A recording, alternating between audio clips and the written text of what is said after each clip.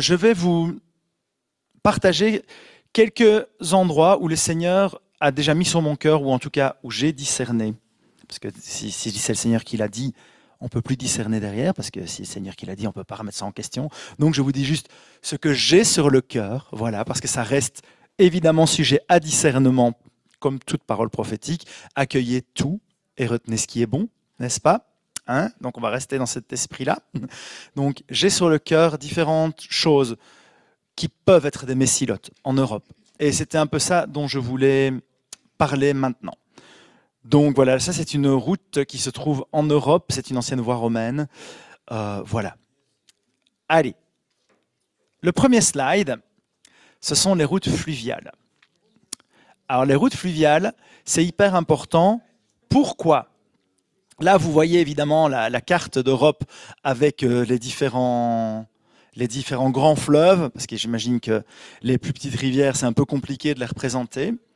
Et pourquoi je parle des routes fluviales? Parce que du temps de la Gaule, et même après, c'est surtout par les fleuves que l'on passait. Il y avait évidemment des routes terrestres, bien sûr, mais les fleuves étaient des voies, c'était les autoroutes de l'époque. Et c'est très très important parce que ces autoroutes-là, bien souvent, on les oublie. J'expliquais justement qu'à chaque fois que je viens dans la région lyonnaise, à chaque fois que je passe au-dessus du Rhône ou de la Saône, et ça n'a pas manqué hier, je suis excité dans l'esprit, mais je suis intenable. Vous pouvez demander à ceux qui étaient avec moi dans la voiture hier, je suis intenable à ce moment-là, je suis surexcité. J'ai eu la même chose quand je suis venu en juillet dernier et que Bruno est venu me chercher à Saint-Exupéry. Quand on a passé le Rhône, j'étais surexcité. Je disais, je bénis le Rhône au nom de Jésus. Voilà. Parce que c'est vraiment, ça fait partie des messilotes que le Seigneur a utilisées, entre autres, pour faire venir la bonne nouvelle de Jésus-Christ dans nos régions. Alors vraiment, les fleuves, c'est important, les grandes rivières aussi. Et ici, j'en ai listé quelques-unes, le Rhône, la Saône, le Rhin, la Loire, la Seine, la Garonne, la Moselle, la Meuse, la Dordogne, la Vilaine, la Somme, la Charente, pour ne parler que de celles qui coulent en France. D'accord, il y en a d'autres qui coulent encore en Belgique, il y en a qui coulent en Suisse, il y en a qui coulent en Allemagne, il y en a qui coulent en Espagne. Il y en a partout en Europe. Hein. Regardez, il y a du bleu partout sur la carte. Il y a de l'eau, on n'en manque pas. Et alors, on n'en manque pas encore, mais tant que maintenant, on n'en manque pas. Hein, on n'en manque pas de fleuves en tout cas. Donc voilà, c'est pour moi hyper important. Par exemple, sachez que pour la maison de Jean, le Rhône a joué un rôle hyper important. Le Rhône, la Saône. Et puis alors, pour venir jusque dans nos régions, vous remontez Rhône, Saône, Moselle, Meuse, et vous arrivez jusque dans nos régions. Et là-dedans, il y a quelques voies terrestres, mais pas grand-chose. Le reste, c'est vraiment remonter les fleuves ou les redescendre, suivant par où vous allez. Donc voilà, c'est vraiment... Les routes fluviales, c'est hyper important. Donc, si ça vous parle, vous vous mettez en prière, vous dites « Seigneur, quid ?» Qu'est-ce que tu attends par rapport à ces routes fluviales? Et je suis certain que le Seigneur ne sera pas avare de partager son cœur avec vous. Alors, ensuite, le slide qui suit, il y a évidemment, c'est tellement évident qu'on n'y penserait même pas, les voies romaines qui menaient toutes où? À Rome. Voilà. Non, elle ne menait pas toutes à Jérusalem, celle-là. Par contre, il y en avait qui partaient de Jérusalem, en effet. Hein, donc, les voies romaines sont des... Et là, je vous ai mis une carte avec les grandes voies romaines qui sont recensées. Les voies romaines ont été des voies de communication extrêmement importantes. Et la plupart de nos nationales ou de nos départementales, ou chez nous en Belgique, de nos routes, sont calquées telles quelles sur l'ancien réseau de routes romain. Donc voilà, c'est très important parce que ce sont des routes qui ont, pour certaines, entre 1800 et 2000 ans d'existence. Donc c'est pas mal du tout. Et d'ailleurs, les Romains, il faut le savoir, parce qu'on croit toujours que les Romains sont venus civiliser ces Gaulois barbares. que dalle. Les Gaulois étaient un peuple, donc en fait les Celtes, parce que les Gaulois font partie des Celtes, hein, c'est important, hein, parce que c'est qu'en France et en Belgique qu'on dit les Gaulois, ailleurs on dit les Celtes. D'accord. Voilà. Donc, les Gaulois, donc les Celtes, étaient un peuple tout à fait civilisé qui avait lui-même développé ses propres axes routiers et une partie des voies romaines s'est installée sur les axes routiers préexistants celtes. Donc voilà, les voies romaines, ce sont vraiment des voies importantes et qui ont éminemment servi. Donc il y a des historiens et des théologiens qui ont vraiment fait des thèses de doctorat en théologie et en histoire pour expliquer que les voies romaines avaient joué un rôle prédominant dans l'évangélisation aussi rapide du monde. D'accord. Donc voilà, Paul a utilisé les voies romaines, Jean a utilisé les voies romaines, tous les apôtres, Pierre a utilisé, d'ailleurs il y a même un moment où Pierre était sur une voie romaine. Donc ça c'est la tradition qui dit ça, pardon, c'est pas la Bible. C'est la tradition qui dit que Pierre était sur la Via Appia, donc une des voies romaines qui arrive dans Rome, et qu'il avait fui Rome, parce que ses compagnons lui avaient dit de fuir Rome pour éviter le martyre. Et sur le chemin de la Via Appia, il a croisé Jésus, qui lui est apparu. Et il a dit, Seigneur, qu'est-ce que tu fais? Jésus a dit, je m'en veux me faire crucifier à Rome. Jésus, évidemment, ne se faisait pas recrucifier à Rome, mais c'était pour dire à Pierre, tu ne vas pas fuir ton martyr si c'est par là que tu dois me glorifier. Donc, juste pour dire que la tradition, qui reflète une partie de l'histoire, montre bien que les voies romaines ont réellement joué un rôle. Ensuite, il y a évidemment, on va en parler un peu plus juste après, la route de la maison de Jean. Là, vous avez juste la carte. Je ne vais pas l'expliquer maintenant parce qu'on va en parler tout à l'heure, mais c'est un petit bout de la carte de la route de la maison de Jean qui est évidemment une messilla à travailler. Ensuite, il y a l'itinerarium burdigalense. Donc, c'est quoi? C'est la toute première trace du premier pèlerinage gaulois à Jérusalem, d'un Burgonde, donc de quelqu'un qui venait de Bourgogne. Là, il y avait donc les tribus burgondes, mais c'est même plus tard qu'ils sont venus, les tribus burgondes. Non, c'est Bordeaux, tu as raison. Qu'est-ce que je raconte, moi? Bordeaux. Je dis n'importe quoi. Parce que je disais, les Burgondes, ils n'étaient pas encore là. Les Burgondes, ils sont venus plus tard. Donc, Bordeaux, c'était un Bordelais qui est parti de Bordeaux et qui est allé jusqu'à Jérusalem et qui a transcrit tout son itinéraire, ce y compris, c'était déjà le guide du routard de l'époque, avec toutes les auberges, tout ce qui existait pour se restaurer sur la route, etc. Il avait fait tout ça et vous pouvez encore trouver soit le texte en latin original, soit la traduction en français. Et c'est une route qui a été du coup relativement utilisée après dans les pèlerinages à Jérusalem qui ont eu lieu dans les siècles qui ont suivi. Donc cet itinéraire-là, qui date du IVe siècle, du début du IVe siècle, est un itinéraire qui a été fortement utilisé pour aller vers Jérusalem. Et comme je vous rappelle que les Messilotes, leur cœur, c'est où? Bah, c'est Jérusalem, ah bah, ça tombe bien. Donc voilà. Allez, ensuite, ici, il y a d'autres, vous pourrez venir prendre les photos si vous voulez, ou alors on mettra de toute façon à disposition. C'était donc 4e, 5e siècle, les premiers pèlerinages chrétiens qui allaient, d'ailleurs comme vous le voyez tous, ils passaient par Rome, certes, mais ils continuaient vers Jérusalem. D'accord? Vers Jérusalem, et ils redescendaient jusqu'en Égypte. Pourquoi? Parce qu'il y avait la Thébaïde en Égypte. Et qu'est-ce qu'il y avait à la Thébaïde? Il y avait, donc près de la ville de Thèbes, l'ancienne ville de Thèbes, il y avait les pères du désert, les pères et les mères du désert.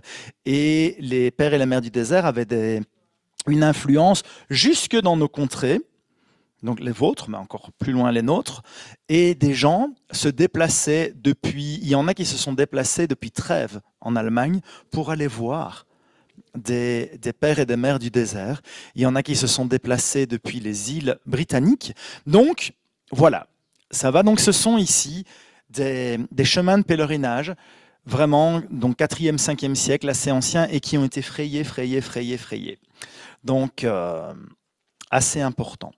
Ensuite, il y a des pèlerinages plus récents, et des pèlerinages Nous, qui provenons pour la plupart d'arrière-plans plus évangéliques, on peut parfois être choqués de se dire, tiens, des pèlerinages, oh mon Dieu, catholiques, pourraient être des messilotes. Eh bien oui. Pourquoi? Parce que le Seigneur a utilisé ces routes de pèlerinage pour répandre son évangile, de un, et de deux, en tout cas les premiers pèlerinages chrétiens, purement chrétiens, donc qui n'étaient pas centrés sur Jérusalem, étaient centrés beaucoup sur les apôtres. Rome, Pierre et Paul, Compostelle, Jacques. Il y avait aussi par rapport à Jean, mais ils n'allaient pas forcément à Éphèse, je ne sais plus où ils allaient par rapport à Jean. Mais bon, il faudra chercher. Tu disais, Flo? Oui, c'est ça. Et alors, il y en avait un peu partout. Donc, ces pèlerinages où nous, on aurait tendance à se dire, mais enfin, c'est pas tout à fait notre foi à nous. Eh bien, si, ça fait partie de notre héritage. Et le Seigneur, il a utilisé ces routes et il continue à les utiliser d'ailleurs. Parce que maintenant, le chemin de Compostelle, les amis, c'est à la mode. Hein. Donc, voilà, réclamons ce qui est au Seigneur, n'est-ce pas? C'est un petit peu comme quand vous entendez que dans les boîtes de nuit, pour l'instant, ils chantent Comment ne pas te louer. Eh ben voilà, le Saint-Jacques de Compostelle, c'est à la mode aussi. C'est pas pour ça que c'est pas de Dieu. Voilà. Donc, allez, voilà. Alors, ici, je vous ai mis les grandes routes de pèlerinage médiévaux entre le Xe et le XVe siècle, XVIe siècle. D'accord? Donc, on voit qu'il partait d'assez haut, n'est-ce pas? Hein, là, tout en haut de l'Allemagne, et que ça allait jusqu'à Saint-Jacques-de-Compostelle, ça allait jusqu'à Jérusalem, ça allait Amiens, Chartres, Tours, Vézelay, Cluny. Hein? Alors, si vous saviez, quand je passe en Bourgogne, dans l'état dans lequel je suis, alors le bon côté quand je dois venir à Saint-Étienne, c'est que je passe par la Bourgogne puis par le Rhône. Alors, je vous raconte pas, ça fait 2 fois où je suis en état de transe, à peu de choses près, quand je passe par là, parce que c'est vraiment des chemins hyper importants. Donc voilà, encore une carte de Messilote où il faut se dire, tiens Seigneur, est-ce qu'il n'y a pas des choses que tu as envie d'aller travailler? Hein, parce que Tours, hein, Ligugé, premier monastère d'Europe, hein, Vézelay, Clairvaux, Cluny, tout ça. Hein. D'accord? Donc voilà, il y aura des choses. Donc voilà. Ensuite, arrive au XIe siècle quelque chose de terrible. La première croisade, qui a été prêchée à 120 km d'ici, à Clermont-Ferrand, n'est-ce pas, par le pape Urbain, je ne sais plus combien? Urbain. Il n'était pas très urbain, cet Urbain. Donc voilà. Donc, qui a été là-bas. Alors, ce qui est très difficile à comprendre avec les chemins des croisades, c'est qu'il faut les racheter. Parce que tout n'était pas entièrement faux dans les croisades, malgré les horreurs qui ont été faites et qui étaient complètement dévoyées. Donc, c'est-à-dire qu'il y avait quelque chose d'un retour à Jérusalem, mais où l'ennemi s'est ultra servi. Et où l'esprit babylonien de la politique et la religion se mettant main dans la main, on fait des choses abominables. Ce n'est pas pour ça que c'est un chemin qui ne doit pas être racheté. D'accord? Jeunesse en mission, il y a une vingtaine d'années, avait fait le chemin de la première croisade, partant, je crois d'ailleurs, de Clermont-Ferrand. Ils étaient descendus jusque... Et il y en avait qui venaient aussi de Belgique, de Bouillon, parce qu'on a une fameuse histoire, nous, en Belgique, avec la première croisade. Godefroy de Bouillon, vous connaissez? Voilà.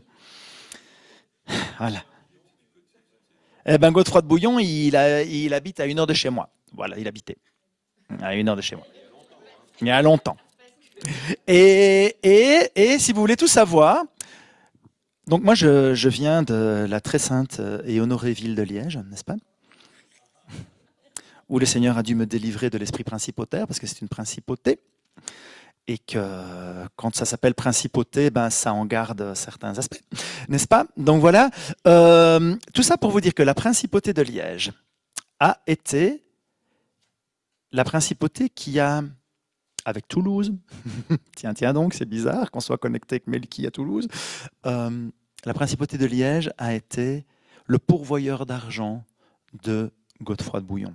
C'est-à-dire que Godefroy de Bouillon a vendu son duché au prince-évêque de Liège pour se fournir l'argent nécessaire pour aller devenir le premier roi de Jérusalem.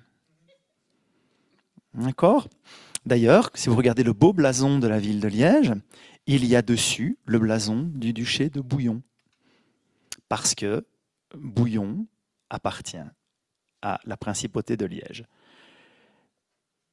Et c'est hyper important pour nous parce que quand on est allé à Jérusalem, et puis je vous le dis juste en 2 secondes, le Seigneur nous a parlé par rapport à l'épée de Godefroy de Bouillon qui est toujours à Jérusalem, n'est-ce pas ?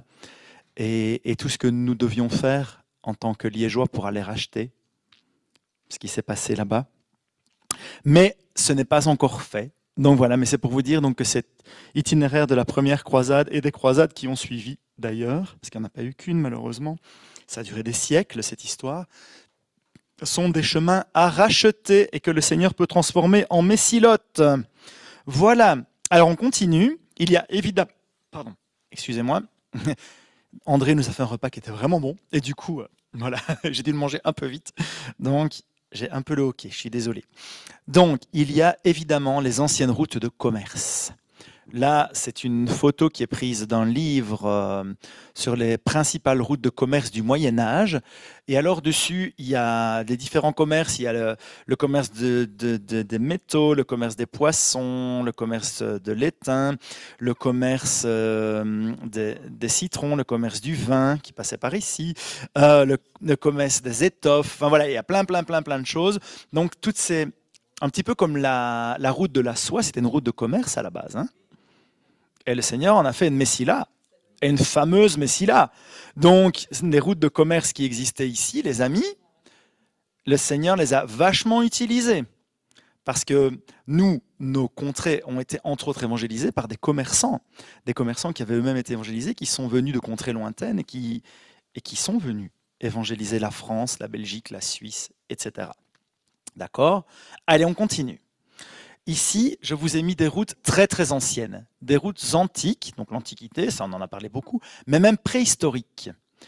Il y a la route de l'Ambre qui remontait très loin, et il y a plusieurs routes de l'Ambre, et qui allaient surtout dans l'est de l'Europe, mais qui, comme vous le voyez, débouchaient à Marseille.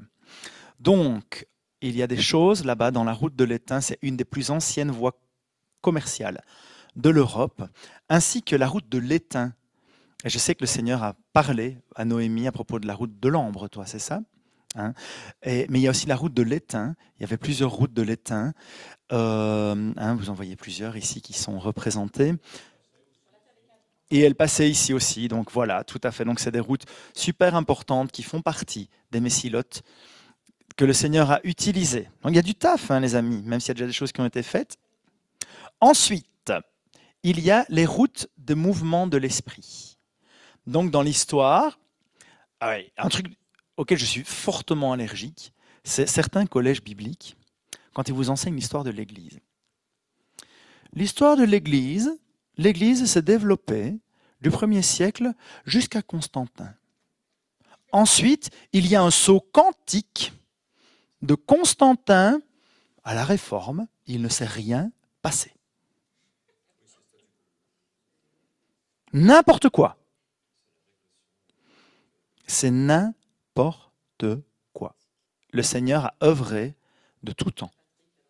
D'accord ? Exactement.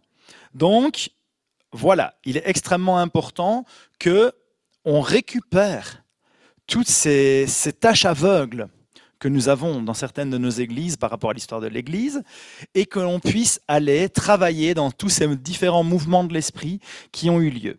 Alors ici, je vous ai mis une carte d'Europe des routes de Saint-Martin. Vous voyez tout ce qui est Saint-Martin de Tours, hein, l'un des évangélisateurs de la Gaule, le premier fondateur de monastère en Europe. Voilà. Donc Saint-Martin de Tours, eh bien, il y a, fait entre autres par le Conseil de l'Europe, qu'on ne peut pas dire qu'il est très né de nouveau, eh bien, ils ont compris que les routes de Saint-Martin avaient de l'importance. Donc ici, ils ont fait une route qui part d'où il nous provient, là, bien loin dans l'Est, jusqu'à Ligugé, jusqu'à Tours, et il redescend même à Saragosse, Je ne sais plus pourquoi, mais il y a un truc qui s'est passé avec Saint-Martin vers Saragosse, je ne sais pas quoi. Mais en tout cas, voilà. Tout cet itinéraire-là, pour moi, fait partie des Messilotes. D'accord? C'était des chemins d'abord qui ont été frayés par quelqu'un qui a été hyper important, mais également qui ont été frayés par le passé par des gens qui faisaient des pèlerinages par rapport à ça. Ensuite, dans les routes des mouvements de l'esprit, dans le slide qui suit, il y a la route des mouvements monastiques. Là, je vous ai mis la carte des abbayes clunisiennes. Tout le monde voit ce que c'est Cluny? Donc Cluny, c'est en Bourgogne. Là, c'est vraiment la Bourgogne, par contre. N'est-ce pas?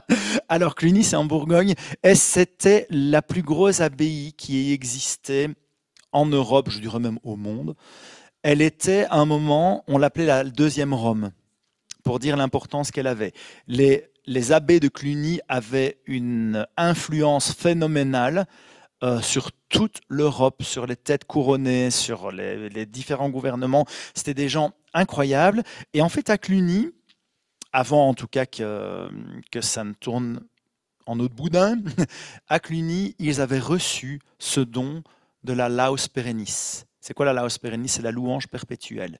C'est-à-dire qu'à Cluny, 24 heures sur 24, 7 jours sur 7, vous aviez des moines qui psalmodiaient, qui proclamaient les psaumes 24 heures sur 24, 7 jours sur 7 et des hymnes. Voilà. Si ça, c'est pas quelque chose dans lequel, un trésor dans lequel on peut aller puiser, et Cluny a essaimé dans toute l'Europe. Dans toute l'Europe. Juste à côté de chez nous, à 10 km de chez nous, il y a un village qui s'appelle Saint-Séverin, qui était un prieuré de Cluny, et nous y allons régulièrement faire de la louange, parce que nous savons que ça fait partie des messilotes du Seigneur, que c'est un des lieux, un des puits sur les messilotes de l'Éternel. À nous, c'est à Saint-Séverin, mais ça peu importe, mais c'est Cluny qui est important, c'est le mouvement de Cluny, le mouvement clunisien qui est important de connaître. Où que vous soyez en Europe, il y aura bien une trace de Cluny quelque part. Après Cluny est venu Cîteaux, d'accord, les abbayes cisterciennes, donc qui était en fait une réforme de Cluny, et un mouvement avec Saint Bernard de Clairvaux qui a écrit des pages phénoménalement merveilleuses sur le Cantique des Cantiques, entre autres. Il a écrit aussi des petites bêtises du genre sur la chevalerie pour aller faire les croisades. Mais bon, soit. Donc, comme quoi il faut trier. Ça va. Mais une bonne partie de son œuvre, en tout cas, est vraiment authentiquement, je crois, inspirée du Seigneur. Et voilà, donc ça fait partie des messilotes à aller retravailler, à relever. Il y a évidemment, je parlais tout à l'heure des routes de la persécution. Il y a la route des Huguenots. La route des Huguenots, celle-là, je crois qu'elle a été pas mal travaillée. Là, je crois que la route des Huguenots, sans savoir que c'était une Messila, elle a été bien, bien travaillée. Je dirais même qu'elle a été presque usée. Tellement elle a été travaillée. Mais est-ce qu'on peut user une Messila? Je ne suis pas sûr. Donc voilà. Mais en tout cas, la route des Huguenots et du mouvement prophétique authentique de nouveau, qui s'est vécu avec le mouvement huguenot, a essaimé dans une bonne partie de l'Europe aussi. Et ce sont des routes qui sont vraiment importantes à travailler et à relever. N'est-ce pas? Et la dernière que j'ai mise, c'est la route des mouvements monastiques celtiques des 6e et 9e siècles, qui est en fait une continuation de la route de la Maison de Jean, dont on va un petit peu parler juste derrière. Pourquoi elle est importante pour nous? Parce qu'à la base, elle est surtout centrée dans les îles britanniques, mais elle est importante pour nous parce que depuis l'Irlande, ils sont venus réévangéliser nos contrées, qui furent évangélisées, mais qui étaient en bonne partie retournées au paganisme. Et ce mouvement-là, avec Saint Colomba, etc., ont réévangélisé nos contrées. Et là, vous avez... Bon, ils ont essayé de mettre à peu près les endroits où ils se trouvaient. Je trouve qu'ils se sont complètement plantés pour certains. Hein, par exemple, Fosse-la-Ville, qu'ils ont été mettre au milieu de l'Allemagne alors que c'est en pleine Belgique. Mais bon, c'est pas très grave, on va pas leur en vouloir. Ça montre juste qu'il y a une route énorme. Hein, bon voilà, Tours c'est pas mal non plus. Hein, bon. Lyon est presque à Toulouse. Hein, Et Marseille est presque dans les Pyrénées. Donc non, mais c'est sympa. C'est sympa, écoute. Voilà. Bon, on peut pas leur en vouloir. Hein. Pourtant, c'est pas un Américain qui a fait ça. C'est pas un Américain. C'est un livre que, pour ceux qui lisent l'anglais, je vous conseille vraiment de Ray Simpson, qui sauve la carte, qui s'appelle Exploring Celtic Spirituality. Très, très, très, très, très, très bon livre sur la spiritualité celtique chrétienne, j'entends évidemment. Et toute la route, même si elle est très, très mal faite là-bas, mais au moins ça vous donne une idée à quoi ça ressemble. D'accord ?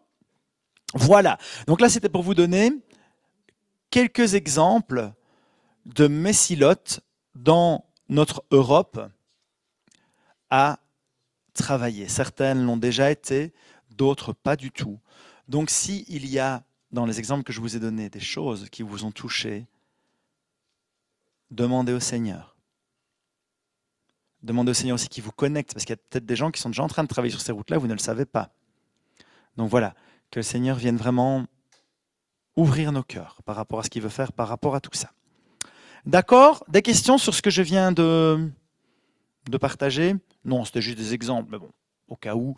Voilà, c'était pour essayer de donner quelque chose de plus concret, parce que la théorie, c'est très bien, mais au bout d'un moment, ça peut être intéressant d'avoir une idée un peu plus visuelle et matérielle de ce dont il s'agit. Voilà. Alors maintenant, je vais passer au slide qui s'appelle Shaked, la route de la maison de Jean, psaume 84. Voilà, comme ça, vous savez où je suis, n'est-ce pas? Voilà. Alors, la route de la maison de Jean. La photo que j'ai mise là, c'est la plus vieille copie de l'évangile de Jean qui a été retrouvée, qui date du IIIe siècle, je crois.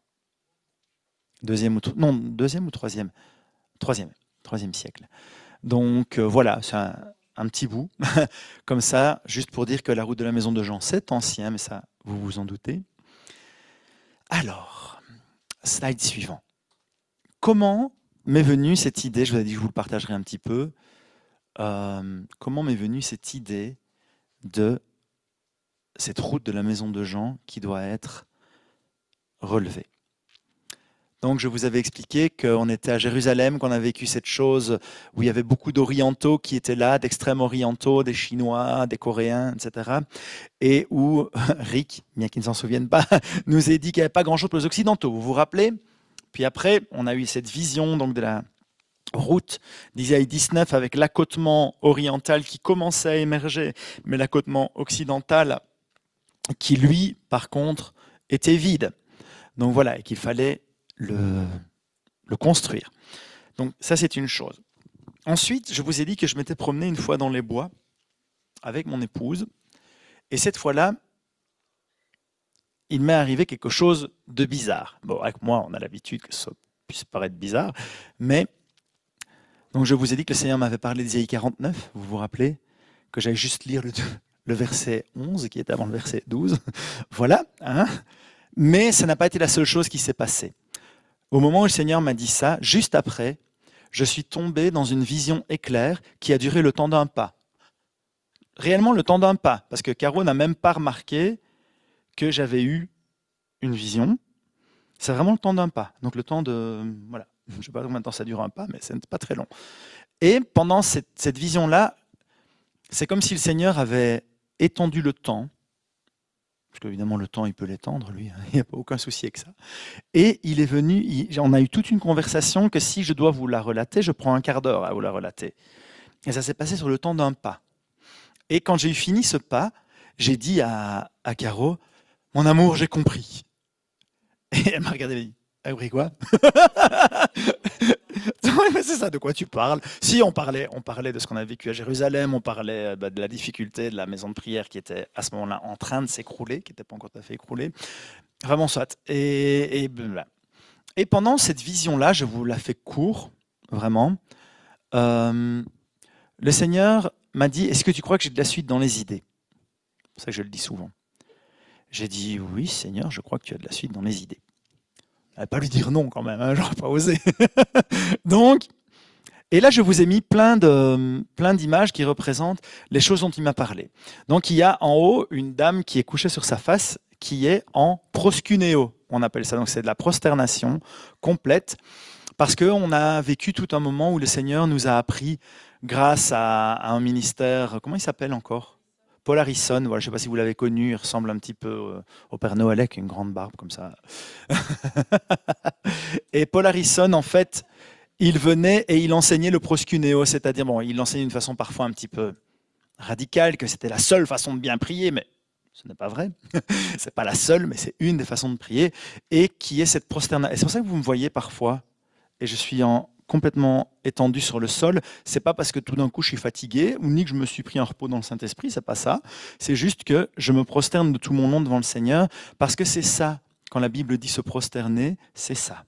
Que ce soit en grec, avec le mot proskuneo, que ce soit en hébreu, la prosternation, c'est tout son long, sur sa face, devant l'Éternel. Donc le Seigneur me dit, il me dit, qu'est-ce que je vous ai appris ces 20 dernières années? Et je lui cite le proskuneo, oui, puis les mouvements monastiques, les pères du désert, oui, évidemment la connexion avec nos racines hébraïques, nos racines juives,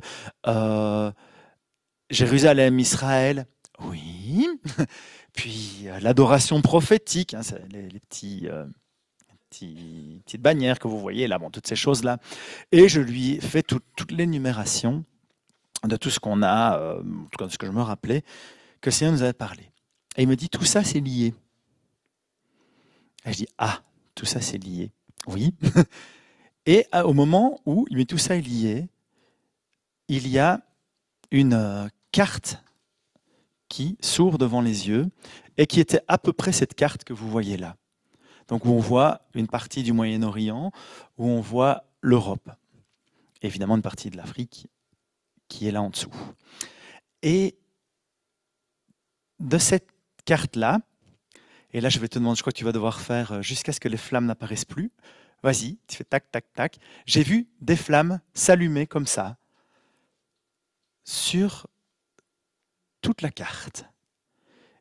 Il ne m'a pas fallu bien longtemps pour comprendre qu'il s'agissait de la carte de la maison de Jean.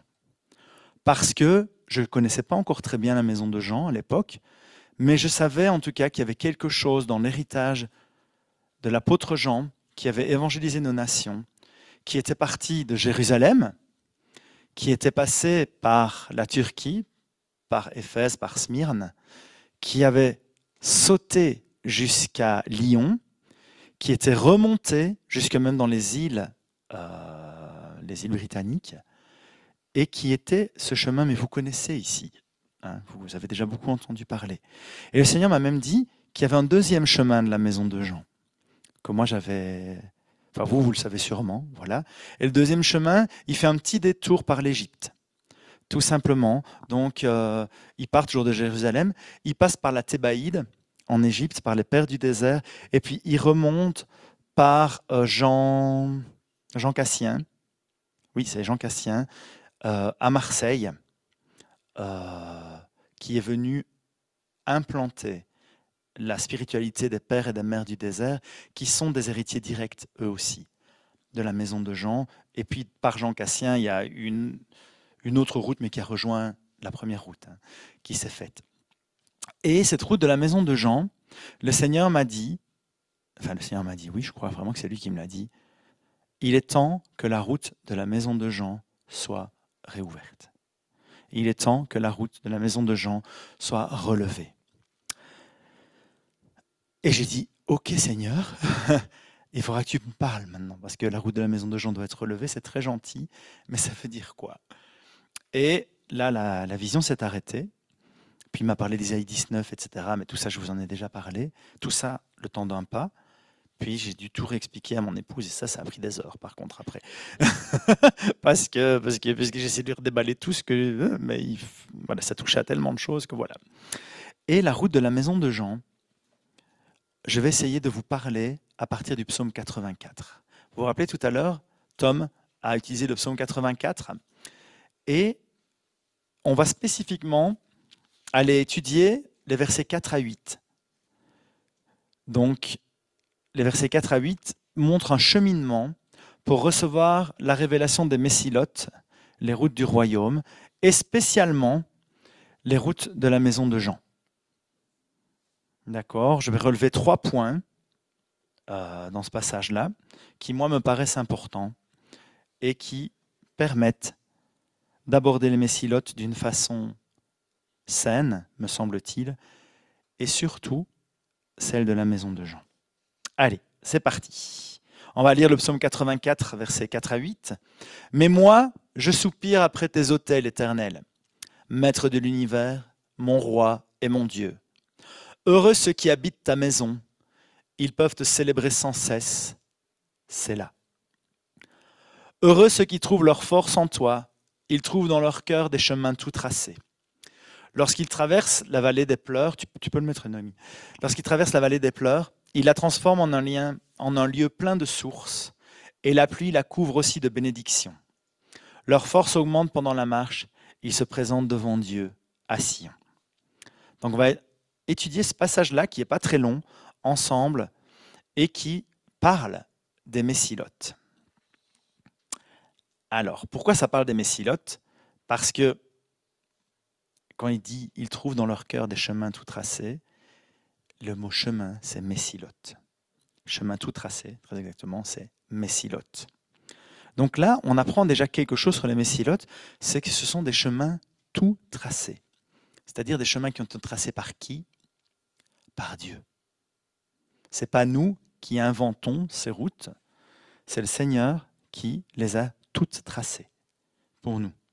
Donc ce sont des chemins tout tracés. J'aime bien cette traduction-là pour messilote. Vous l'ajoutez à toutes les traductions qu'on a pu dire jusqu'à maintenant, et ça vient donner une idée plus complète encore de ce que peuvent être des messilotes. Alors, on va regarder les versets 3 à 5. « Mon âme soupire et même languit après les parvis de l'Éternel. Tout mon être pousse des cris de joie vers le Dieu vivant. Même le moineau trouve une maison et l'hirondelle un nid où elle dépose ses petits. Mais moi je soupire après tes autels éternels, Maître de l'univers, mon roi et mon Dieu. Heureux ceux qui habitent ta maison, ils peuvent te célébrer sans cesse, c'est là. » Le premier point que je relève, c'est que pour pouvoir entrer dans la révélation des messilotes, il faut désirer servir les autels et la présence du Seigneur, et désirer demeurer dans sa maison. Ici, le verset qui introduit l'arrivée vers les messilotes, les versets 3 à 5, disent « Mon âme soupire et languit après tes parvis éternels, et je soupire après tes autels. » Il y a ce désir de servir la présence de Dieu. Et ça, c'est un désir qu'on retrouve au cœur des maisons de prière. Pour moi, les messilotes et les maisons de prière, elles sont liées de façon indéfectible. Parce que les maisons de prière, elles ont, je ne vais pas enseigner sur les maisons de prière ici, parce qu'il y en a qui le font encore bien mieux que moi et qu'on n'a pas le temps, mais le cœur des maisons de prière, c'est de servir la présence de Dieu. Ce n'est pas d'abord de servir l'assemblée, c'est d'abord de servir Dieu. Et tu peux faire maison de prière même s'il n'y a personne d'autre que toi dans la maison de prière. Parce que c'est Dieu que tu sers, c'est sa présence que tu sers.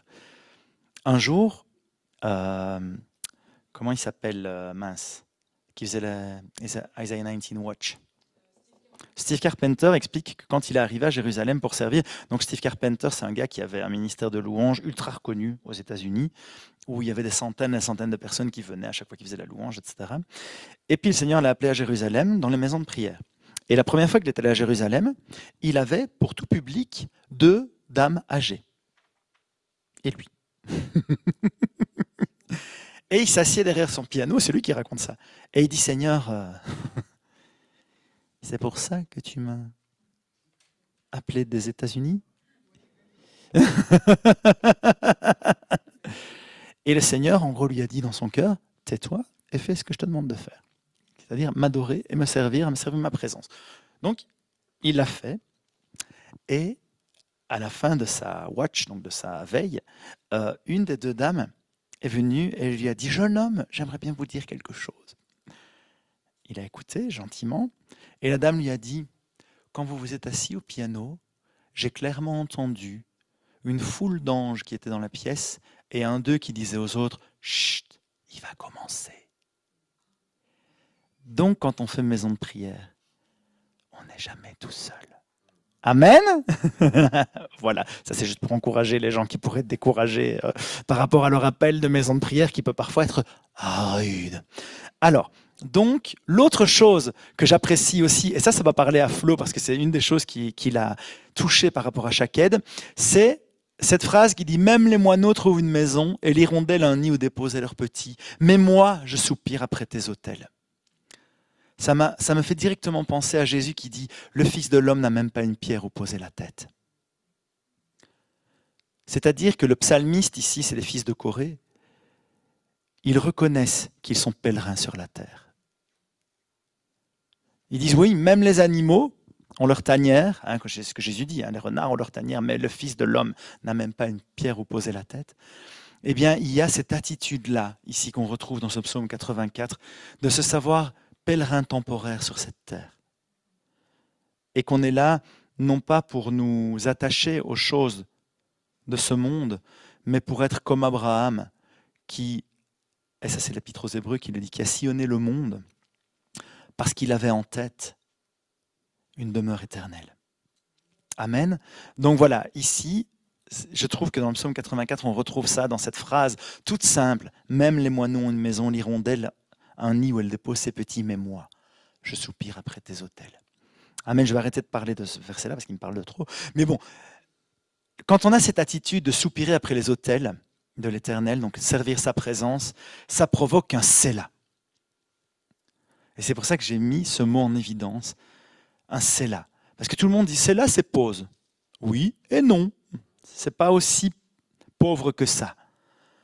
Quand vous lisez les psaumes et que vous dites je vais regarder tous les Sélah dans les psaumes, vous allez voir que souvent quand un Sélah apparaît, il y a un changement dans le psaume. Il y a une élévation qui se fait. Oh, une élévation, tiens. Et Sélah, lui aussi, est sur la même racine que Salal, que Messila, élevé. Certains ont même dit que c'était pour élever le ton de la musique. C'est possible qu'à ce moment-là, les psalmistes élevaient le ton de la musique, mais je crois surtout qu'ils essayaient de montrer une élévation dans l'esprit. Et quand on a cette attitude de soupirer après les autels de l'Éternel pour le servir, pour servir sa présence, ça provoque cette élévation dans l'esprit. Ça provoque cette, pour utiliser un mot du Nouveau Testament, métanoïa. Ce renouvellement de l'intelligence qui vient nous donner une révélation plus haute. Amen. Donc, c'est très important parce que les messilotes, sur les messilotes, on va vivre beaucoup de Sélah. On va vivre beaucoup de temps d'élévation où, au moment où... Parce que c'est rude de travailler les messilotes, il ne faut pas croire. Comme c'est rude de servir dans les maisons de prière parce qu'on n'a pas toujours un retour sur investissement comme on pourrait s'y attendre. N'est-ce pas? Pour les plus économistes d'entre nous. Mais, quand on investit dans les messilotes comme dans les maisons de prière, il y a des moments de Sélah qui viennent. Et quand ces moments de Sélah viennent, ça vaut tout l'or du monde. Amen. Parce qu'il y a la révélation de qui est Dieu qui descend, la révélation de ses voix qui sont au-dessus de nos voix, de ses pensées qui sont bien plus élevées que nos pensées. Et les messilotes, ce n'est rien d'autre que ces élévations-là. Amen. Allez, on continue. Ensuite, versets 4 et 5. « Heureux ceux qui trouvent leur force en toi. Ils trouvent dans leur cœur des chemins tout tracés. » Et là, je vous ai dit que ces chemins tout tracés, ce sont des messilotes. Et où trouve-t-on ces messilotes dans le psaume ici, après un Sélah? Dans le cœur, exactement. Les messilotes, toutes les messilotes d'Ésaïe 19, d'Ésaïe 49, toutes celles que Tom vous a citées tout à l'heure, toutes, elles démarrent à un seul endroit, dans le cœur. Amen. Si vous n'avez pas la révélation d'une messila ou des messilotes dans votre cœur, de ces chemins tout tracés que Dieu a mis, continuez à attendre. Continuez à attendre. C'est pas parce que Jean vous a dit qu'il fallait peut-être aller voir ce qui se passait sur les fleuves qu'il faut foncer tête baissée. Non. Dans vos cœurs, d'abord et avant tout. Amen. Dans vos cœurs.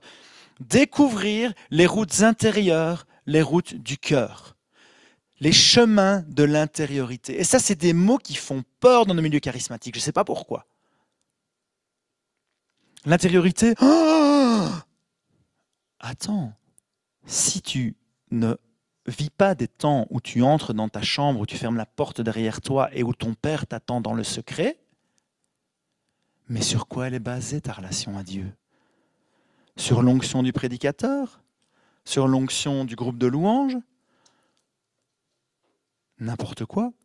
Ta relation à Dieu, elle doit être basée sur ton intériorité avec lui. Ce qui se passe dans le tréfonds de ton cœur avec ton Sauveur, ton Seigneur, ton Créateur. Amen. Et c'est hyper important de savoir que les messilotes, c'est là qu'elles commencent. C'est dans le cœur, dans ces chemins d'intériorité. C'est la spiritualité de l'union, cette union intérieure avec le Seigneur, qu'on retrouve dans Jean 15, qu'on retrouve dans tellement d'écrits de l'apôtre Jean. Ça, c'est vraiment un marqueur de la spiritualité de la maison de Jean. Les messilotes intérieures, bien avant les messilotes extérieures. D'accord? Donc c'est dans le cœur que commencent les messilotes. On continue. C'est en développant l'intimité et l'union avec le Seigneur qu'on va pouvoir recevoir ces révélations-là et vivre ces chemins tout tracés. Je vous ai mis Jean 17, ici on ne va pas le lire complètement parce que ça prendrait trop de temps et puis me connaissant, je vais encore m'arrêter sur 50 versets et on n'aura jamais fini. Mais j'ai mis en rouge ici « Que soit un en nous, moi en eux et toi en moi ». Il y a tout ce mystère de l'union. Vous connaissez tous Fabienne Ponce, elle enseigne admirablement là-dessus. Je crois parce que le vit avant tout. Et voilà, il y a cette intimité, cette union avec Dieu. Et c'est là que naissent toutes les messilotes. Allez, on continue. Donc avant de se lancer sur les routes, il faut découvrir celles qui sont à l'intérieur du cœur. Et cela se fait en faisant quoi? En aspirant aux autels et à la présence de Dieu. C'est se mettre comme Jean à écouter le cœur de Jésus pour découvrir ce qu'il a mis en nos cœurs et dans le sien. Jean, et Sapphlo se plaît à l'expliquer bien souvent pendant les maisons de Jean. À la dernière scène, il était couché sur la poitrine de Jésus, aussi choquant que ça puisse paraître. Il n'y avait rien de sexuel, non, parce que j'en ai entendu des vertes et des pas mûres là-dessus, mais il y avait cette intimité de cœur où Jean a collé son oreille sur la poitrine de Jésus. Et j'ai été choqué de voir que dans la traduction second 21, ils n'ont pas osé traduire ça. Ils ont dit Jean se tenait près de Jésus. Alors que la traduction second traditionnelle, elle ose dire ce qui est vraiment marqué en grec, qui est un des disciples, celui que Jésus aimait, était couché sur le sein ou sur le cœur de Jésus. C'est vrai que ça peut paraître choquant, mais la maison de Jean, c'est ça aussi. Avoir cette audace d'aller coller son oreille sur le cœur de Jésus.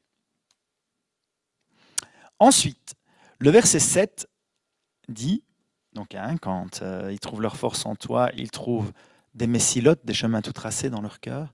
Le verset 7 juste après dit, lorsqu'ils traversent la vallée de Baca, la vallée des pleurs, ils la transforment en un lieu plein de sources, et la pluie la couvre aussi de bénédictions.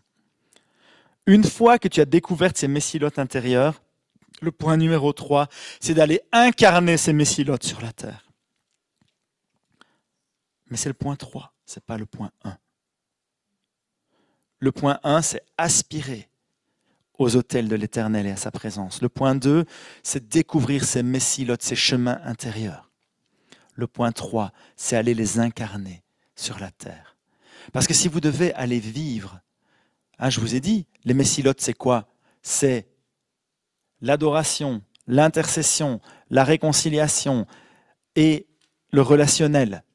Comment voulez-vous vivre ça si votre cœur n'a pas été touché par Dieu, si votre cœur n'a pas été transformé par les voies de Dieu qui ne sont pas les nôtres. C'est impossible. Quand on était au Gau-la-Forêt, qu'on est en train de travailler sur la voie francophone et les messilotes qui vont avec la voie francophone, évidemment. Si je n'avais pas eu l'amour du Seigneur dans mon cœur, vous croyez que ça aurait été facile d'entendre toutes les choses que j'ai entendues? Dans mon caractère à moi, les gens auraient juste eu droit à une remarque cinglante, bien sentie, un peu élaborée, à laquelle ils seraient restés comme ça. Mais ça, c'est ma chair. Là, le Seigneur m'avait fait la grâce d'avoir travaillé mon cœur et j'ai pu accueillir ces souffrances-là avec le cœur de Jésus, pas avec le mien. Et je n'ai pas réagi comme un Belge du Nord qui est persuadé que le berceau de la francophonie, c'est bien en Champagne. Je n'ai pas réagi comme ça. J'ai réagi en disant, je suis désolé si je t'ai blessé.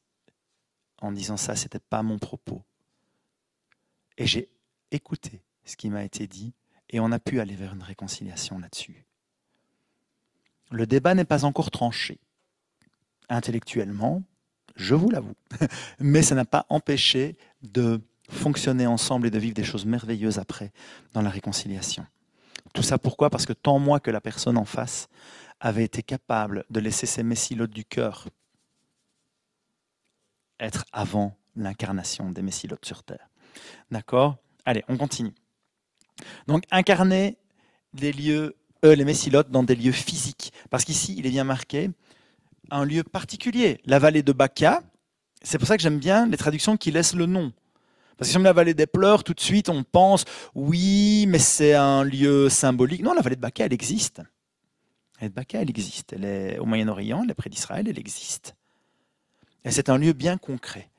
Et c'est une vallée qui est visiblement un peu déserte. Eh bien, il la transforme en un lieu plein de sources. Donc il y a une transformation physique du lieu, une incarnation physique de la Messila qui vient transformer le lieu. Et transformer, relever et restaurer les messilotes, ça se fait, on l'a dit mais on ne le répétera jamais assez, par l'adoration, par l'intercession et par la réconciliation. Le but étant, comme dans Isaïe 19, d'ailleurs c'est marqué ici aussi en Psaume 84,7, que ces lieux de messilotes deviennent des lieux de bénédiction pour la venue du royaume. Ces trois-là deviennent une bénédiction pour toute la terre, l'Égypte, la Syrie et Israël. C'est marqué en Isaïe 19. Ici, Psaume 84, verset 7, il la transforme en un lieu plein de sources et la pluie la couvre aussi de bénédiction. Ça va devenir des lieux de bénédiction. Et bien souvent, les messilotes, comme l'ennemi, il connaît tous ces principes spirituels, qu'est-ce qu'il a essayé de faire sur les messilotes, vous croyez? Ben oui, exactement. Il vient mettre son Bronx, pour le dire très poliment. Et alors, ce ne sont plus du tout des lieux de bénédiction, ce sont des lieux de malédiction. Et plus la Messila est importante, plus la malédiction qui y colle parfois est lourde. Mais quand on a vécu cette transformation intérieure, on peut la transformer en un lieu de bénédiction. Amen. C'est pour ça que je vous parlais tout à l'heure de la croisade. Comme quoi tout est en tout. Allez. Ensuite, là, c'est juste un petit point qui est important, c'est que quand on travaille, donc Psaume 84, verset 8, la force augmente pendant la marche quand on est sur les messilotes. Et on se présente devant Dieu à Sion. Ça veut dire quoi? Ça veut dire que la force dont on pourrait manquer, le Seigneur vient la donner alors que tu te mets en marche.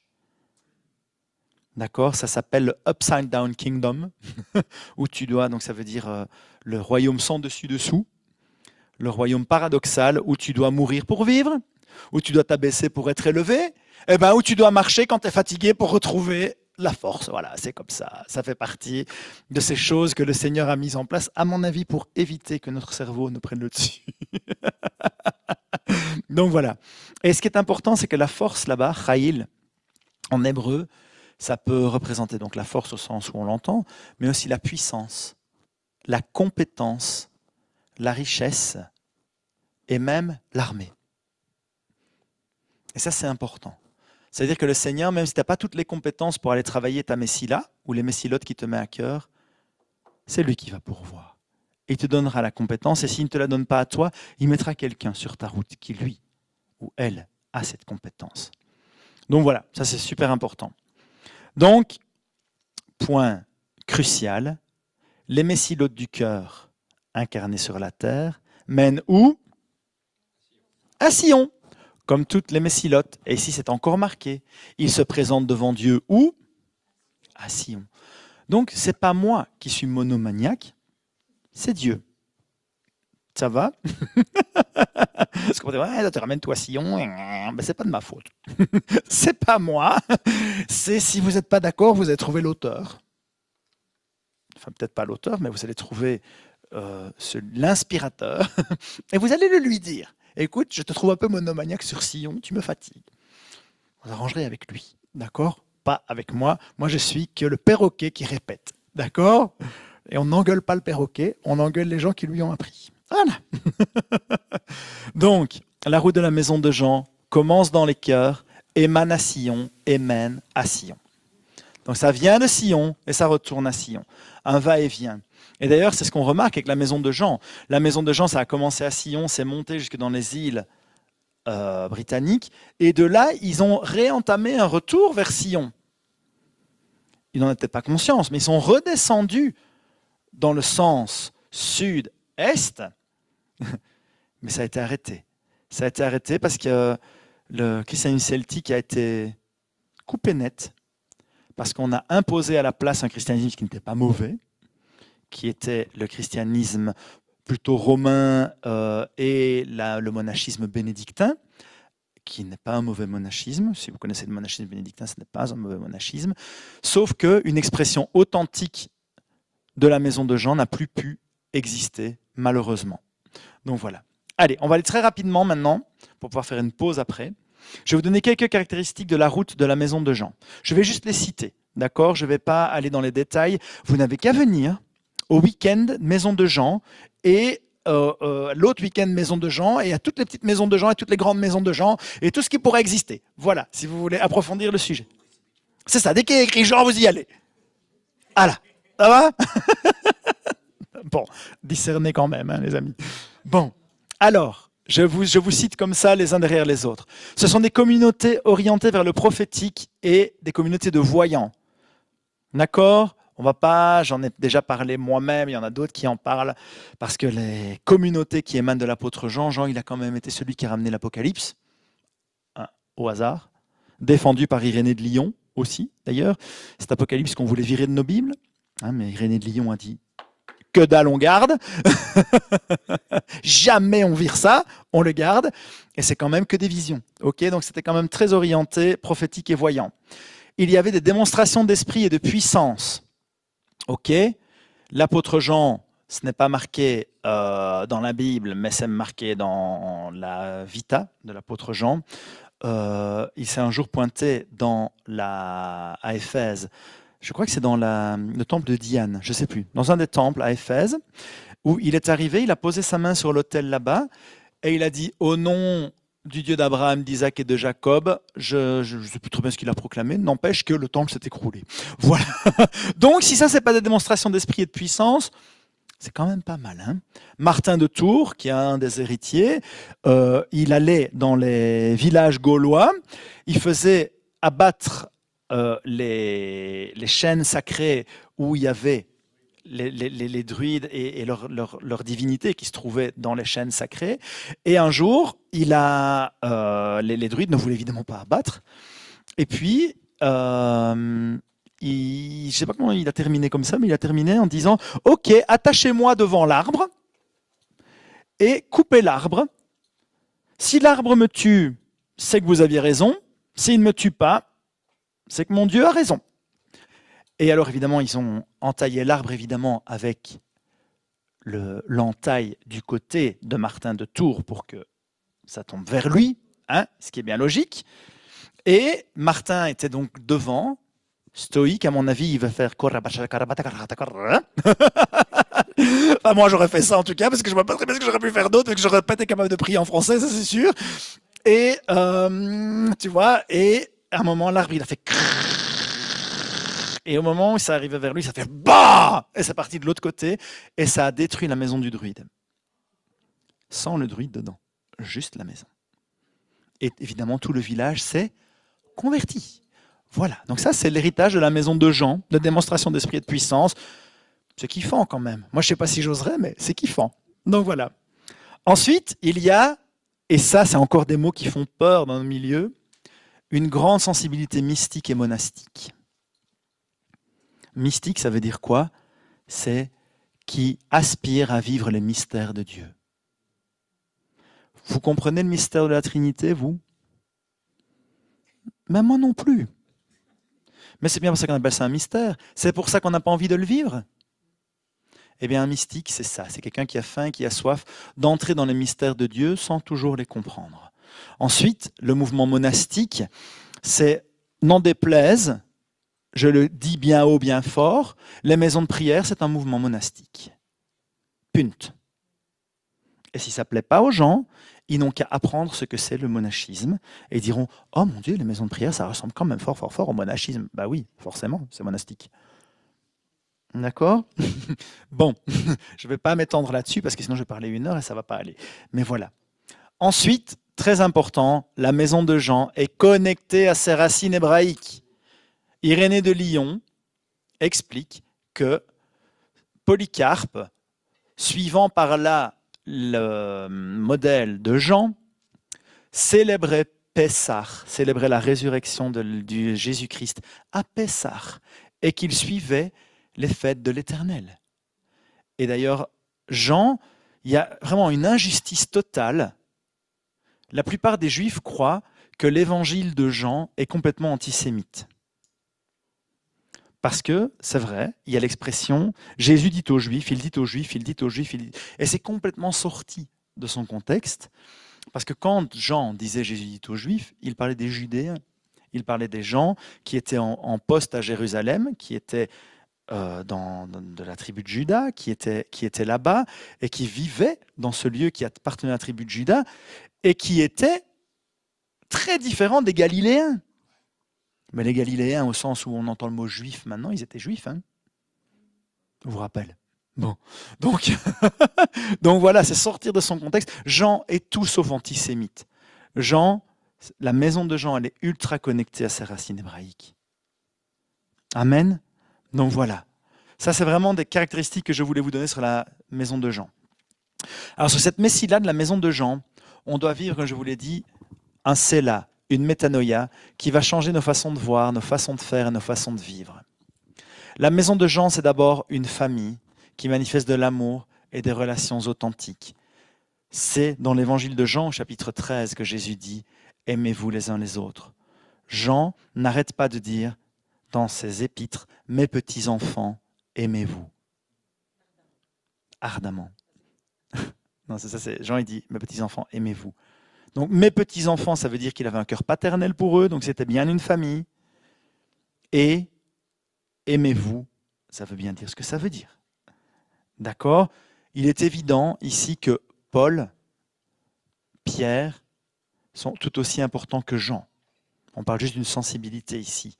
Et on n'entre pas dans ces vaines querelles de dire « moi je suis de Pierre, moi je suis de Paul ». Non, on est tous de Jésus-Christ. Amen. Voilà. Allez, on continue. Cette maison cherche avant tout l'intimité. Jean 15, demeurez en moi, je demeurerai en vous, etc., etc. Vous connaissez, mais je le rappelle. Avant tout, l'intimité du Seigneur. Alors, quelque chose qui a été très difficile pour moi, le slide suivant, c'est que la maison de Jean, une de nos amies qui s'appelle Audrey, a reçu du Seigneur ceci. Les petites barques et pas forcément les gros paquebots. Et quand elle a dit ça, ça venait mettre le doigt sur une frustration chez moi. Moi, j'ai commencé à servir le Seigneur en organisant des concerts avec EXO. Donc, c'était des concerts de 2000 personnes. S'il y avait 1500 personnes, c'était raté. Et maintenant, tout ce qu'on organise, on se retrouve à 25, 30. Quand ça va bien, 50. Ça c'est la gloire, ça. Alors pour ma chair, mon petit côté charnel à moi, là, mon petit côté, ça fait mal. Hein. Alors là, je vous raconte pas. Quand après, il y a Carlos qui vient, qui se pavane, qui dit « Oh, on était encore je sais plus où !» Non, il se pavane pas du tout, hein, c'est pour rire. « Oh, hier, on était je sais pas où, dans le fin fond de la Bretagne, on était 350, ça a été trop la gloire, machin. » Ça, tu dis...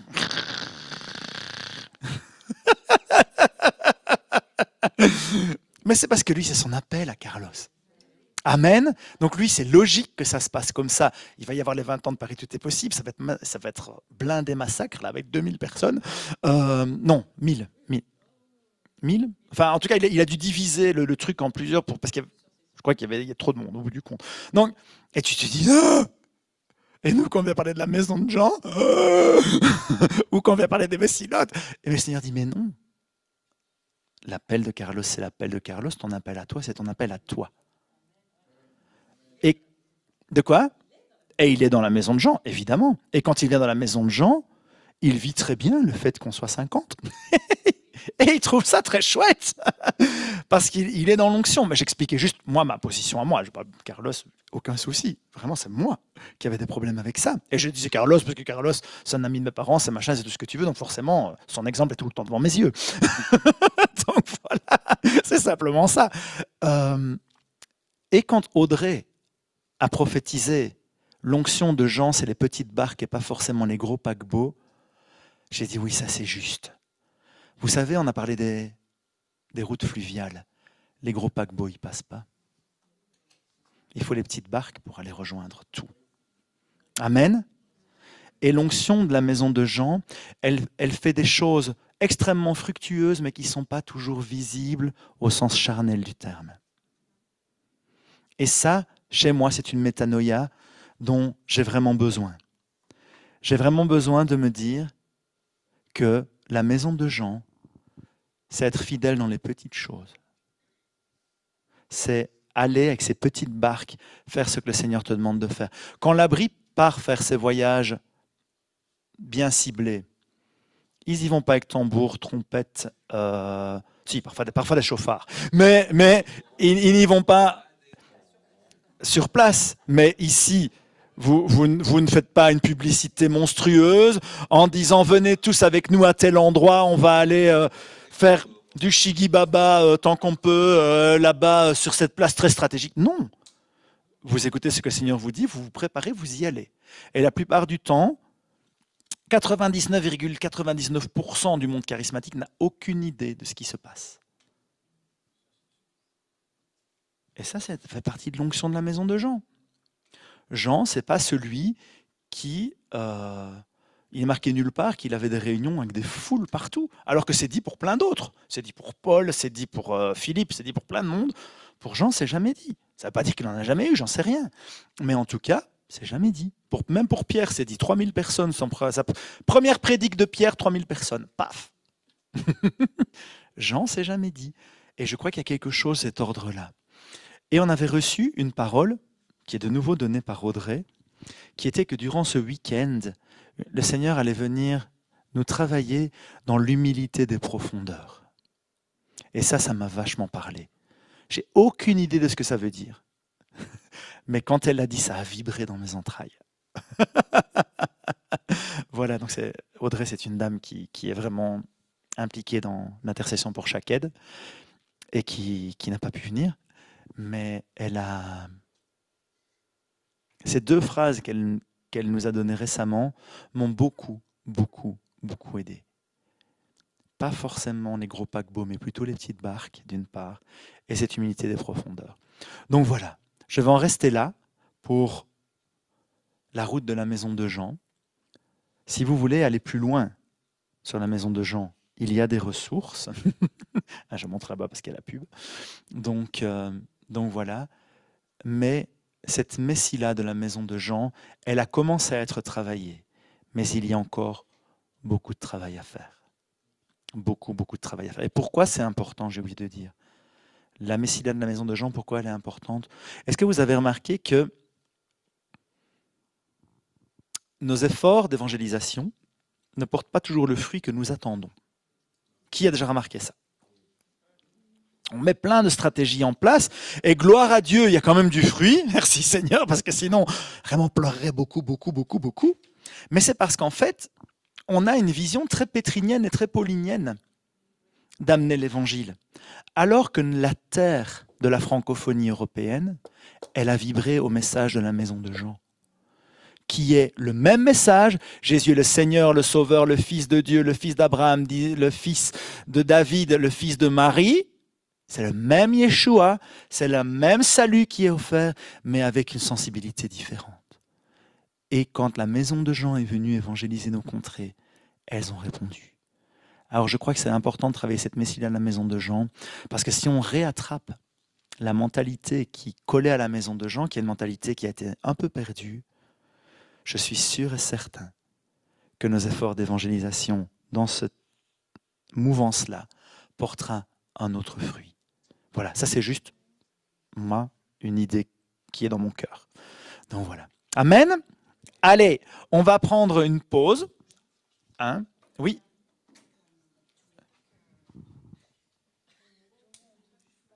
Ah si, pardon.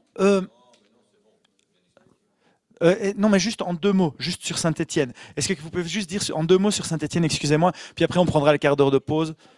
Allez, 3 minutes. Allez, vas-y. Non, parce qu'après, on est coupé, on n'est plus dans ce qu'on vient d'entendre. Mais j'ai trouvé ça tellement intéressant quand on raconte ce que tu vis. Non? Pas vous? Nous, on sait dans la maison que c'est quand même ce qu'on vit.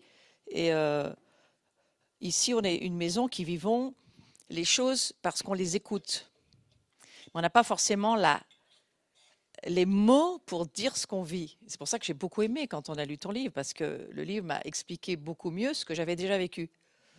Hein, c'est ça, c'est le prophétique, on est décalé, c'est très curieux. Et une des premières choses que je dirais, c'est on a appris à écouter Dieu. C'était la première des choses pour que cette maison puisse se développer. On avait au départ, je dirais 1993, je ne sais plus quel âge tu avais, mais tu n'étais pas bien grand. On a appris à écouter Dieu et parce qu'il y avait une chose dans notre cœur, je dis nous parce qu'il n'y avait pas que moi, on était quelques-uns, on n'était pas beaucoup, on était quelques-uns. On savait ce qu'on ne voulait pas, mais on ne savait pas ce que Dieu voulait et ce qu'on voulait vraiment. Et c'est à force d'écouter Dieu qu'on a commencé à comprendre le positionnement de la maison de l'abri, c'était mieux vivre sa présence.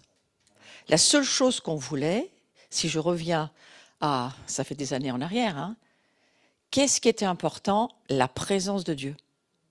Je me souviens, j'étais à ils appelaient ça une pastorale, ça existe ça encore, je ne sais pas. Mais c'est la seule fois que j'ai été dans une pastorale, et ça sera la dernière, mais je suis allée une fois dans une pastorale. C'est un truc où ils sont tous pareils, ils sont ensemble, et ils partagent ce qu'ils pensent être leur cœur. Et ils cherchaient à savoir qu'est-ce que vous trouvez qui manque dans l'Église. Moi, j'avais une chose que je savais, c'est qu'il manquait juste la présence de Dieu. Mais tout ce que j'entendais dire, c'est qu'il manque un bon groupe de musique, il manque des rideaux, fenêtres, il manque... Et moi, je me sentais mais complètement décalée. Et c'est là où j'ai entendu pour la première fois le Seigneur me dire, c'est moi qui manque dans la maison, dans l'Église. Et c'était le début, selon moi, du trajet qu'on a fait après, où on s'est retrouvés à quelques-uns et on a servi ce que tu appelles la maison. On ne savait pas du tout qu'on était encore appelé à porter cette maison de Jean, mais on était quand même ici déjà à Saint-Étienne, dans la région. Et ce que je dirais, c'est que à force d'écouter Dieu, tu marches sur ces routes, même si tu ne sais pas que c'est des routes. Tu avances, même si tu ne sais pas sur quoi tu avances. On a fait beaucoup de voyages, je n'aurais jamais donné toutes ces définitions qu'on a entendues aujourd'hui. Je les ai pourtant déjà vécues. J'avais envie d'aller chercher la bannière dans mon bureau qui relie Istanbul à Pékin. On a fait ça de 2007 à 2015. On a fermé la route à Xi'an, en Chine. Nous avons marché sur ces routes, parlé sur ces routes, prié sur ces routes, emmené des équipes sur ces routes. On a fait la route du Nord avec Anne Griffith. Moi, j'amenais Anne sur le Sud, on travaillait ensemble. Mais c'était surtout la maison de l'abri qui emmenait aussi un bon prophète. Anne, c'est un bon prophète qui nous a énormément aidés à ces moments-là. Mais j'ai aussi été 10 ans en Égypte avec des équipes où on a servi l'église égyptienne. Tu m'aurais dit, tu es sur la route Zay 19. Les dernières années, j'ai compris, mais pas les premières. Donc en fait, si on vit avec Dieu, on va faire des choses qu'on n'appelle pas forcément comme ça. Aujourd'hui, j'ai appris il n'y a pas si longtemps que ça s'appelait des messilas ou des messilotes. Voilà, ouais, mais j'ai compris comment ça marche au niveau du vocabulaire. Mais il y a bien longtemps que je l'ai vécu. Donc voilà, mais c'est bien d'avoir maintenant la base biblique pour dire combien de gens nous ont quittés parce qu'ils ont dit mais c'est du délire, on ne va pas parler aux montagnes ni aux vallées. Et si, c'est marqué qu'il faut aller crier aux montagnes, chanter dans les tombeaux, aller là où Dieu nous dit d'aller. On a adoré Dieu dans la grande pyramide en Égypte, comme on est allé chanter, adorer Dieu partout où on a pu aller adorer Dieu. On a un chant, un chant, je ne vais pas dire fétiche, hein, mais c'est vrai ça, un chant, un chant gris-gris, hein, un chant gris-gris. On dit quoi? Celui-là, c'est Adoramus te Domine. On l'a emmené partout. Quand on est allé en Iran, on a été dans des mosquées, nous ont ouvert la porte. Oh, mais il ne faut pas marcher dans les mosquées. Mais si, il faut marcher dans les mosquées, bien sûr que si. Parce que là où les ténèbres s'exposent, la gloire se surexpose. Donc partout où la maison de Jean va aujourd'hui, mais ça c'est quelque chose que je te dis maintenant, je te l'aurais pas dit il y a plusieurs années, mais pendant que tu parlais, je voyais combien le Seigneur m'a fait revisiter nos chemins, et ça m'en donne l'occasion, hein, et on n'a pas fini nos chemins. Mais combien je me dis, chaque fois qu'on a fait un voyage, la gloire de Dieu était là. Alors on a eu des combats, hein. On a eu même de l'aide des Américains extraordinaire. Hein, une fois, Trevor nous donne une manière de Chuck Pierce qu'il ne voulait pas nous donner parce qu'il y tenait, c'était son gris-gris lui aussi. Hein. Et finalement, il a donné en pleurant, mais il nous l'a donné, Trevor Baker. Oui, c'est ça, hein, c'est ça. Et en fait, cette bannière nous a énormément servi en Chine. C'était une bannière de tourbillon et la parole avait été dite, ce tourbillon mangera les tourbillons qui viendront contre vous. Et on levait cette bannière, à chaque fois qu'on la levait, ça se calmait. Donc c'est sûr que tu pourrais devenir très vite superstitieux, mais sauf que non, on est délivré de la superstition. Hein.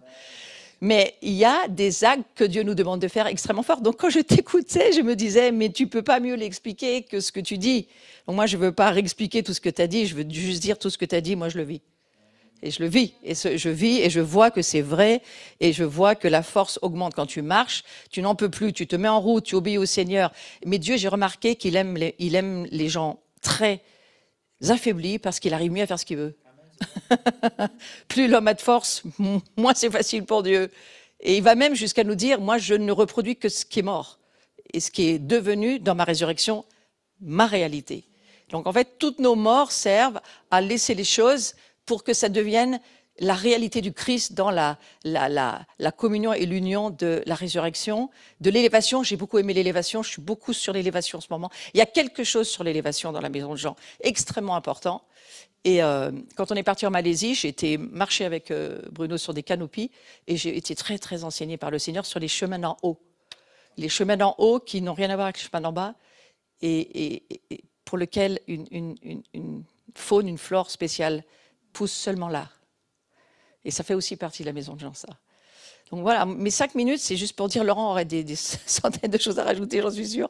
Mais pour moi, tu as dit vraiment les choses essentielles. Oui, c'est 40 ans de vie derrière nous pour nous aujourd'hui, donc c'est très important. Mais c'est très bien expliqué. Et je crois qu'il y a des routes futures que nous avons encore besoin d'ouvrir avec cette maison. Je ne pense pas que tout le monde est appelé à vivre cela. Quand tu dis les petits paquebots, ça nous fait rire. La première prophétie qui a été barque, la première, oui, parce qu'un paquebot c'est gros, des petites barques. La première prophétie qui a été donnée sur cette maison, qui n'était pas encore peut-être en compréhension de tout ce que nous allions vivre, mais qui m'est revenue quand tu as parlé, pour ne pas le nommer, c'est Christian Pellon, et qui nous avait donné une très belle prophétie, et qui avait dit, vous ne pousserez jamais en hauteur, mais toutes vos racines seront tellement profondes, elles iront même toucher tout ce qui est autour de vous, les arbres autour de vous, et même certains tomberont, parce que vos racines prendront la place. Je fais, oh, c'est une bonne vision, c'est vraiment bien. Et c'est ce qui s'est passé.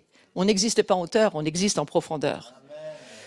Et c'est aussi l'histoire de ta vie. Tu existes en profondeur, pas en hauteur. La hauteur n'intéresse personne, même pas Dieu. Mais c'est tout ce qui est profond, dans les souterrains. Ça m'a beaucoup fait repenser à ça, ce que tu as dit. Oui, bien sûr, on a tous souffert d'être presque invisible, jusqu'à ce qu'il nous donne le manteau de visibilité. On l'a vécu 2 fois. C'est un vrai manteau d'invisibilité pour la maison de Jean. On a des endroits où Dieu nous rend invisibles. Mais avant d'avoir ce manteau-là, il faut accepter que tu ne souffres plus de ne pas être visible. Et c'est l'école dans laquelle nous sommes, une école où nous ne souffrons plus du tout. Nous, on peut être 3, 4, 2, on ne souffre plus du tout. Mais on a appris à mourir. Hein. On a appris à mourir dans cette communauté. On a été nombreux, puis on a été beaucoup moins nombreux. Puis beaucoup nous ont quittés parce qu'ils ne comprenaient rien. Et combien de fois on s'est dit, c'est une confession publique, hein, combien de fois on s'est dit, ensemble à plusieurs, on s'est dit, surtout ceux qui étaient dans les ministères engagés, il faut peut-être qu'on arrête de faire ça parce que tout le monde s'enfuit. Peut-être que c'est nous qui faisons n'importe quoi. Hein. Et à chaque fois, il semblait, pour nous contredire, Dieu faisait venir des gens sur des choses impossibles. Pour nous dire, tu vois, c'est vraiment pas ça, c'est pas ça l'histoire, c'est pas, ne t'occupe pas des gens, occupe-toi de moi, occupe-toi de, moi je suis là, c'est moi d'abord. Et ça, c'est ce qu'on fait, mais je dis pas que c'est facile, ce n'est pas facile du tout. C'est un apprentissage de vie, c'est un discipulat. Et je crois que Jean, la seule chose que je me dis aujourd'hui de Jean, c'est de garder cette passion pour le Seigneur. Garder cette passion pour lui. Et s'il veut y aller, on y va. Ce qui m'a le plus touché, c'était quand on a fait le Sinaï. C'est une des paroles dont je me souviens le mieux et qui me résume bien la maison de Jean. Lorsque nous sommes rentrés du Sinaï, nous devions monter, alors toujours des trucs de fou qu'on ne comprend pas vraiment. Il faut que tu montes en haut du Sinaï, avant la coucher du soleil, tu dois arriver en haut avant que le soleil se couche, c'est vachement pratique. Surtout quand tu as des gens qui ne montent pas, qui ne suivent pas, qui sont passés entraînés, donc tu les attends plus à la fin, parce que tu dis si on les attend, on va arriver, ça sera trop tard. Et il y avait beaucoup de personnes assez connues dans ce voyage, que je ne vais pas nommer. Nous sommes arrivés juste avant que le soleil se couche. Nous sommes redescendus de nuit avec des frontales. Le chemin des chameaux, c'est très compliqué quand même, c'était même dangereux. Une Anglaise qui perd ses lunettes, qui ne peut plus descendre, il faut la porter, enfin des trucs compliqués. Et en revenant ici, j'entends le Seigneur me dire, je suis tellement content que tu m'aies emmené là-bas. J'ai dit, comment tu ne peux pas y aller tout seul? Et il me dit, non, tu dois comprendre quelque chose. C'est quand tu y vas que j'y vais. Ça, c'est l'incarnation de la maison de Jean. C'est quelque chose qu'on doit accepter d'entendre. Si nous n'y allons pas, Jésus ne peut pas y aller. Non, il y va au travers de nous, au travers de nos corps.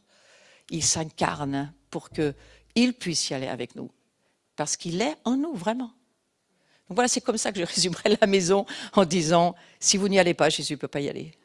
C'est une énorme responsabilité que ça nous donne quand même. Ouais. Donc voilà, merci beaucoup en tous les cas. C'était vraiment intéressant, Jean, de t'écouter.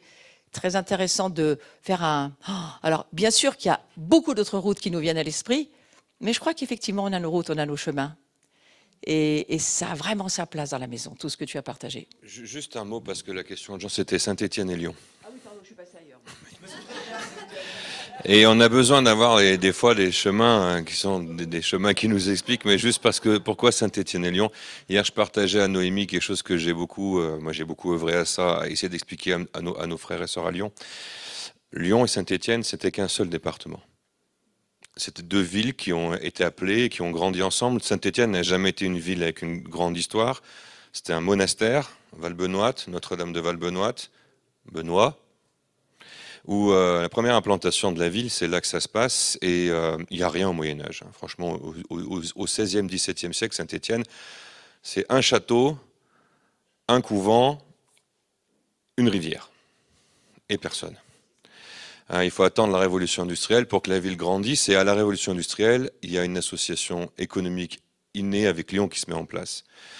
La révolution industrielle, elle est après une autre révolution, qui a séparé les deux choses. En fait, Saint-Étienne va grandir grâce à l'économie de Lyon. En fait, ici, on va découvrir qu'il y a une rivière qui est intéressante pour faire des armes, mais aussi pour forger. Pas que des armes, mais tout ce qui est de la métallurgie. Et Lyon a besoin de ça pour se développer. Donc, en fait, on est une ville fille, si on voudrait dire ça comme ça, de Lyon. la Révolution française, je fais court, en fait, les Stéphanois vont aider les Lyonnais à se rebeller contre les révolutionnaires de la Convention. Et la punition qui nous tombe dessus, c'est déjà qu'on va transformer le nom de la ville. Saint-Étienne s'appellera plus Saint-Étienne, s'appellera Armeville. C'est pour en désacraliser le nom de la ville. Déchristianiser aussi, hein, donc tous les prêtres chez nous ils ont été zigouillés, les couvents pillés, enfin voilà, c'était une catastrophe à ce niveau-là. Et puis on va couper le département en deux et on va créer le département du Rhône et le département de la Loire. Et depuis cette époque, il y a cette fameuse rivalité qui aujourd'hui est encore là, très présente dans le sport, mais aussi au niveau économique. Et cette rivalité, elle vient de cette fracture, puisque là où nous avons voulu créer un chemin d'unité, de réconciliation, le diable a frappé. Et le travail que nous faisons aujourd'hui et dans lequel nous voulons être à l'abri dans cette maison de Jean, c'est de remettre en marche, sans être la France en marche pour autant, mais remettre en marche cette voie qui est une voie spirituelle naturelle et qui doit fonctionner entre Saint-Étienne et Lyon. Et on le voit dans le naturel, hein. Il y en a une autoroute très chargée, très compliquée. Le chemin de fer, c'est une catastrophe. C'est aussi la voie de chemin de fer la plus fréquentée de France, après la région parisienne. Donc il y a vraiment des connexions évidentes. Et Saint-Étienne, pour la Maison de Jean, je pense que nous sommes assis comme un veilleur à la porte d'une des routes qui va sur Lyon. Et Lyon, c'est un des cœurs de la Maison de Jean. Et c'est très certainement aussi, moi je ne dirais pas que le cœur de la francophonie, j'y touche pas, mais je dirais que le cœur de la France spirituelle, c'est Lyon. C'est là où les choses ont été décidées, c'est là où le dogme pour toute l'Église catholique a été fixé par Irénée. C'est aussi là où les premières églises sont implantées. Et un des trucs qu'on peut remarquer, c'est que la première église de Lyon, elle s'appelait l'église Saint-Étienne. Et c'est devenu du coup le patron, Saint-Étienne est le saint patron de la ville de Lyon. Donc Saint-Étienne, pour nous ici, on parle des cieux ouverts. Le martyr d'Étienne, c'est le premier à voir les cieux ouverts et c'est ce qu'on déclare et c'est ce qu'on croit et on est en accord avec nos frères de Parole de Ville et de catholiques sur la ville, en tout cas, ceux qui sont charismatiques et engagés dans l'intercession et qui ont des yeux prophétiques ouverts, on est dans cette unité-là de déclarer qu'au-dessus de nous, on a un ciel ouvert et que c'est la ville du ciel ouvert et qu'on est aussi une partie de cette onction et de ce manteau pour la ville de Lyon. Donc ça c'est pour essayer d'éclairer Jean sur le rapport entre les deux villes, le lien. Moi je vais vous encourager parce que cette année on est allé à Sainte-Anne dans le voyage en Israël. Et on a chanté. Et on a chanté notre chant, pas fétiche, notre chant ouin. Ouin, ouin. On a chanté ce chant ouin à Dora Moustet, mais on l'a chanté aussi parce que je crois que la première fois qu'on y est allé, on s'est fait chasser à coups de balai par les Pères Blancs parce qu'il était interdit de faire du bruit à Sainte-Anne. Et la personne qui a été un petit peu, entre guillemets, attrapée par le père qui était là, c'est moi. Donc le groupe était en train de chanter en langue dans l'église. C'était interdit, c'était silencieux. Et la Maison de Jean a rouvert cette porte à Sainte-Anne et depuis au moins 10 ans maintenant, les groupes du monde entier viennent à Sainte-Anne pour avoir leur temps d'adoration dans cette église qui, je le rappelle, fait partie du territoire français. C'est un bout de France, dans Jérusalem, et c'est à la porte des Lions, qui s'appelle aussi la porte de Saint-Étienne. Et donc la Maison de Jean est rentrée, et c'est à chaque fois qu'on va à Sainte-Anne, on passe. C'est un rituel que Dieu nous fait faire à chaque fois, qui n'est pas traditionnel ni dogmatique, mais qu'on rentre. On fait toujours ça, hein, on rentre en venant du Mont des Oliviers, on remonte la vallée, on arrive par cette porte. C'était pas prévu cette année et Dieu nous l'a quand même fait faire, donc voilà, c'est comme ça. Et on arrive à Sainte-Anne. Et moi j'avais vraiment dit à Arié, si on pouvait prendre un temps à Sainte-Anne, franchement ça me bénirait, ça me ferait plaisir. Et puis il s'est dit, bon, il y a le temps, on va y aller. Et on est allé dans cette église. Et on a bénéficié de ce chemin. Et alors, il y a des mini-messilotes, hein, ça en fait partie, ça. C'est un des mini-messilotes qu'on fait de la Maison de Jean à Jérusalem. On prépare le fait que Jésus va redescendre sur le mont des Oliviers et qu'il va rentrer par la porte dorée. Alors, on ne peut pas la faire, celle-là, sans lui. Donc, on prend celle qui est à côté pour être le plus proche du parcours. C'est la porte des Lions. La porte des Lions. Et la ville à côté, c'est la ville de Lyon. Donc si vous n'avez pas encore fait le lien entre Lyon et Saint-Étienne, allez à Jérusalem.